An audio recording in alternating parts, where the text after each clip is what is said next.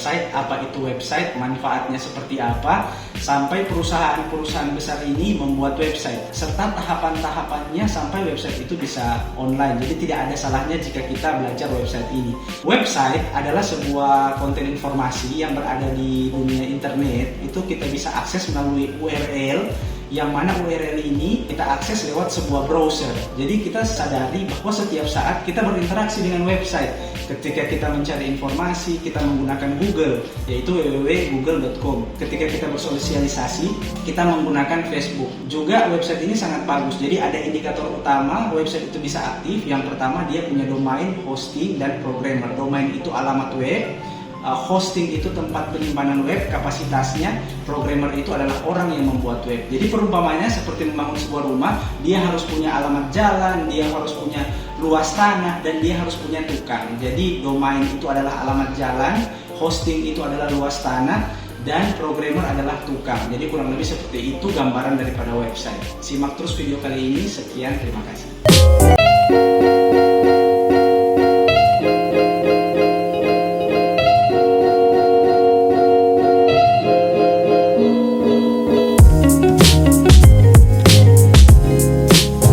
Saya akan menunjukkan bagaimana kita setiap waktu itu menggunakan website untuk mencari informasi dan keperluan lainnya. Website diakses melalui browser seperti Google Chrome di komputer atau laptop kita. Kemudian setelah kita masuk ke browser tersebut, biasanya kita akan langsung mengisi alamat URL atau nama domain atau nama websitenya. Saya akan memasukkan nama website Google, kemudian Google ini nanti akan memunculkan tampilan daripada website tersebut, yang fungsi daripada website ini adalah untuk mesin pencari. Jadi website itu memiliki banyak jenis. Karena saya menggunakan Google untuk mesin pencari, jadi saya langsung melakukan pencarian sesuai dengan kebutuhan. Jadi seperti inilah interaksi kita dengan website. Kemudian website juga itu hanya ada satu di dunia. Jadi misalnya kita telah memiliki nama website, akan pernah mungkin orang lain memiliki nama yang sama. Jadi biasanya saya mencari nama website yang masih tersedia di seluruh dunia yang bisa kita pakai di situs ini, dmn-srch.mobi, karena lebih ringan. Setelah itu kita bisa langsung mencari nama sebuah website apakah masih tersedia atau tidak. Jadi misalnya saya mengisi nama seperti ini ya, ini contoh. Kemudian kita langsung pilih mau pakai eksistensi apa, .com atau apa. Ini saya biasa menggunakan .com karena sudah umum. Kemudian kita langsung continue. Misalnya dia muncul seperti ini, itu berarti masih tersedia, masih bisa dipakai, masih bisa dipesan. Sedangkan jika dia muncul seperti ini, itu sudah tidak bisa dipakai. Jadi intinya website itu adalah sarana media informasi yang bisa diakses melalui laptop atau komputer melalui alamat URL. Jenis-jenisnya itu bermacam-macam.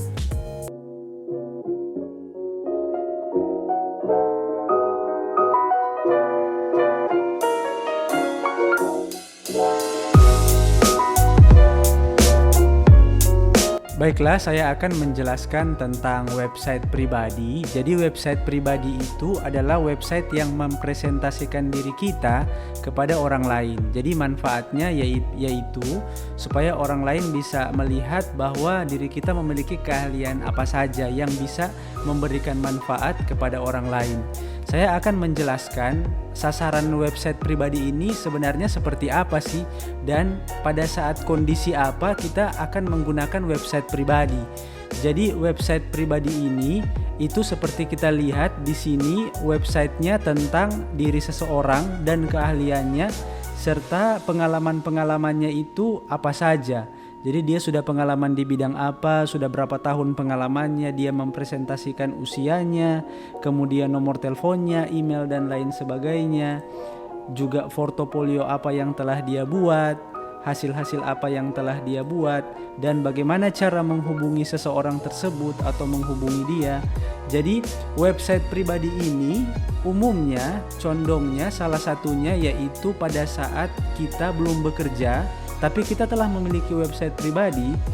Dan pada saat kita masuk kerja dan di interview, atau sebelum kita masuk kerja masih pada proses interview, yang akan menginterview kita itu pasti akan bertanya tentang diri kita pribadi. Atau ketika kita ingin memberikan surat lamaran, itu biasa mereka akan bertanya kepada diri kita, apa keahlian kita. Dengan memberikan website pribadi, mereka bisa lebih tahu dengan jelas dan lebih terperinci secara detail atas apa yang kita tampilkan kepada mereka tentang website pribadi kita, sehingga perusahaan tersebut yang ingin merekrut kita itu bisa tahu bahwa oh ternyata inilah orang yang mereka cari, kurang lebih seperti itu. Itulah manfaat daripada website pribadi, yaitu mempermudah jika kita belum bekerja dan kita ingin melamar kerja, pihak perusahaan bisa melihat kita bahwa kita layak untuk masuk ke perusahaan tersebut. Itu yang pertama. Dan website pribadi cenderung bukan hanya untuk ketika kita ingin melamar kerja, tapi misalnya ketika kita ingin mendapatkan proyek atau kontrak proyek yang berhubungan dengan bidang kita. Jadi sebelum perusahaan itu ingin bekerja sama atau kontrak proyek dengan kita, umumnya mereka ingin tahu dengan pasti portofolio atau pengalaman kita sudah sampai sejauh mana. Jadi pengalaman-pengalaman itulah yang nanti akan kita tampilkan di website pribadi. Jadi website pribadi ini memberikan dampak yang transparan, positif kepada pihak yang ingin melihat kita, bahwa kita keahliannya seperti apa, apakah cocok dengan kontrak kerjasama ke depan atau tidak. Jadi lebih kepada kontrak proyek juga bisa. Intinya website pribadi itu mempresentasikan diri kita, jadi bisa dari segala macam aspek untuk yang membuat website pribadi. Bisa untuk orang yang belum bekerja atau orang yang sudah bekerja. Jadi jika dia belum bekerja, dia membuat website pribadi agar tujuannya supaya mempermudah dia masuk kerja, karena perusahaan akan melihat manfaat, keahlian, serta pengalaman-pengalamannya melalui website pribadi.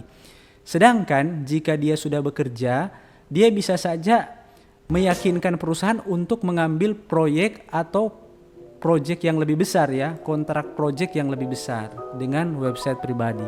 Atau jika dia tokoh politik, dia bisa meyakinkan kepada masyarakat bahwa apa-apa yang telah dia buat yang bisa memberikan dampak besar bagi masyarakat.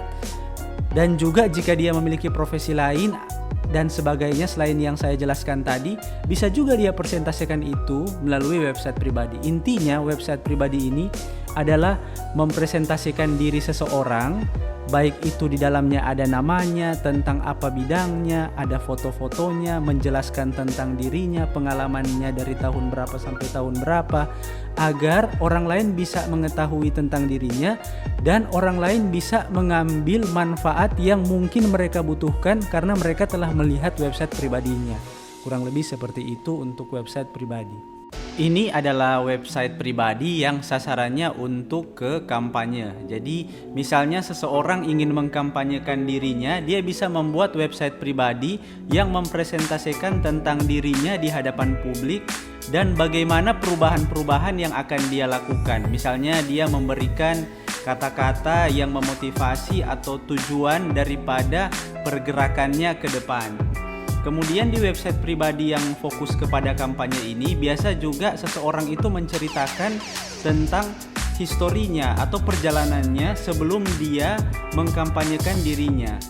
Kemudian di website pribadi juga umumnya untuk yang berfokus di bidang kampanye, apa-apa yang telah dia lakukan, kemudian latar belakangnya seperti apa. Setelah itu apa yang akan menjadi sasarannya ke depan, apa yang akan dia lakukan perubahan seandainya dia terpilih. Jadi ini lebih kepada condong website untuk mengkampanyekan dirinya sebagai tokoh politik yang akan melakukan perubahan terhadap wilayah yang dia kampanyekan. Salah satu manfaat daripada memiliki website adalah memudahkan website kita itu terindeks di mesin pencari seperti Google.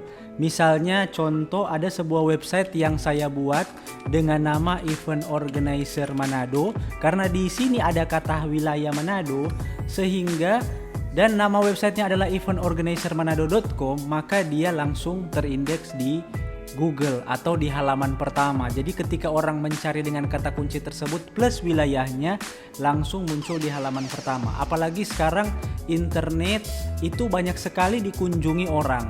Jadi memiliki website adalah hal yang sangat baik. Inilah salah satu manfaat daripada memiliki website, yaitu memudahkan informasi kita di dalam website dikenali orang di luar sana dan memudahkan orang mengetahui kita di internet. Baiklah, saya akan menjelaskan mengenai website perusahaan. Website perusahaan adalah website yang ditujukan untuk perusahaan tertentu dan di dalamnya biasa memuat informasi mengenai perusahaan itu.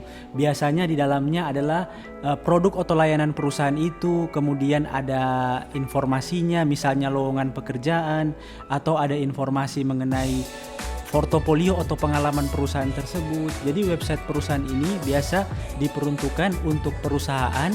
Kemudian biasanya selain ada layanan atau servis di perusahaan tersebut atau informasi pengalaman di perusahaan tersebut, biasanya website perusahaan juga memiliki berita. Jadi mereka memiliki news berita tentang perusahaan dan perkembangan perusahaan itu sudah seperti bagaimana. Jadi inilah contoh website perusahaan. Website fundraising atau website penggalangan dana adalah jenis website yang ditujukan untuk menggalang dana dalam hal proyek atau bantuan tertentu. Jadi biasa website penggalangan dana ini ditujukan bagi orang-orang yang memerlukan bantuan yang perlu kita lakukan penggalangan dana. Biasanya mereka ketika melakukan penggalangan dana di website-website penggalangan dana memperincikan dana apa yang akan dikeluarkan. Jadi mereka detail by detail mengeluarkan dana itu terukur dan biasa dana tersebut targetnya berapa hari akan terselesaikan dan total dana yang mereka butuhkan seperti apa. Jadi website penggalangan dana ini cocok bagi teman-teman yang ingin membuat website yang sifatnya untuk membantu dalam hal sosial atau kemanusiaan. Baiklah, ini adalah website restoran atau rumah makan ya. Jadi website ini cenderung berfokus kepada makanan. Manfaat daripada website ini, kita bisa menunjukkan kepada publik atau secara online makanan-makanan apa saja yang tersedia. Jadi kurang lebih ini manfaat dari website makanan. Kemudian kita juga bisa melihat tersedia makanan apa dan minuman apa di website restoran atau tempat makan tersebut. Kemudian ada galeri-galerinya juga. Jadi kurang lebih seperti itu untuk website yang bersifat ke makanan ya. Ini adalah website store atau website toko yang menjual baju dan sepatu merek brand Nike. Jadi ini adalah brand-brandnya, maksudnya bajunya dan sepatu yang ada di brand Nike. Jadi misalnya teman-teman punya usaha akan sangat bagus memiliki website store agar usaha atau produk kita, baju, sepatu, celana bisa dipublikasikan secara online dan bisa juga dijual secara online. Mereka tinggal langsung memesan dan kita mengantarnya. Inilah salah satu manfaat daripada website store ya. Ini adalah website hotel. Jadi di website hotel menjelaskan mengenai ruangan-ruangan di hotel tersebut, punya ruangan seperti apa, juga punya kamar seperti apa, kemudian fasilitas-fasilitas di dalamnya. Dan biasanya di website hotel ini kita bisa langsung booking kamar untuk berapa orang. Jadi dengan memiliki website hotel itu kita bisa langsung dengan mudah melakukan pemesanan kamar check-in. Ini adalah website kampus. Jadi website kampus cenderung memunculkan wilayah kampusnya, kemudian fasilitas di kampus seperti apa, ada gedungnya seperti bagaimana, dan juga informasi mengenai kampus tersebut, baik itu beritanya, kemudian ada jurusan apa saja. Biasanya seperti itu untuk website kampus ya. Ini adalah website sekolah. Jadi website sekolah umumnya memunculkan informasi mengenai sekolahnya, kemudian ada prestasi apa saja di sekolah tersebut, lengkap dengan beritanya, video kegiatan sekolah, struktur sekolahnya. Jadi kurang lebih seperti ini untuk website sekolah ya. Ini adalah website W3 School, yaitu website yang tujuannya untuk mengajarkan kita tentang pemrograman web atau bahasa website. Jadi ada HTML, CSS, JavaScript. Jadi di sini kita bisa belajar ya JavaScript, CSS, Python dan lain-lain. Jadi ini adalah website untuk belajar tentang web. Jadi jika teman-teman ingin belajar web, nanti bisa belajar di website yang ini. Baiklah, ini adalah channel misalnya teman-teman yang ingin mempelajari tentang web detail by detail bersama saya. Ini yaitu channelnya namanya adalah Kita Coding. Jadi inilah channel baru dan saya baru membuatnya. Rencana saya akan mengajarkan tentang web dengan bahasa versi saya ya, maksudnya penerangannya atau metode belajarnya versi Kita Coding. Jadi nanti subscribe channel ini dan ikuti terus channelnya, baik channel yang sudah teman-teman nonton sekarang dan juga channel ini. Sekian, terima kasih buat teman-teman yang telah menonton video ini. Sekian dan terima kasih banyak. Semoga bermanfaat ya.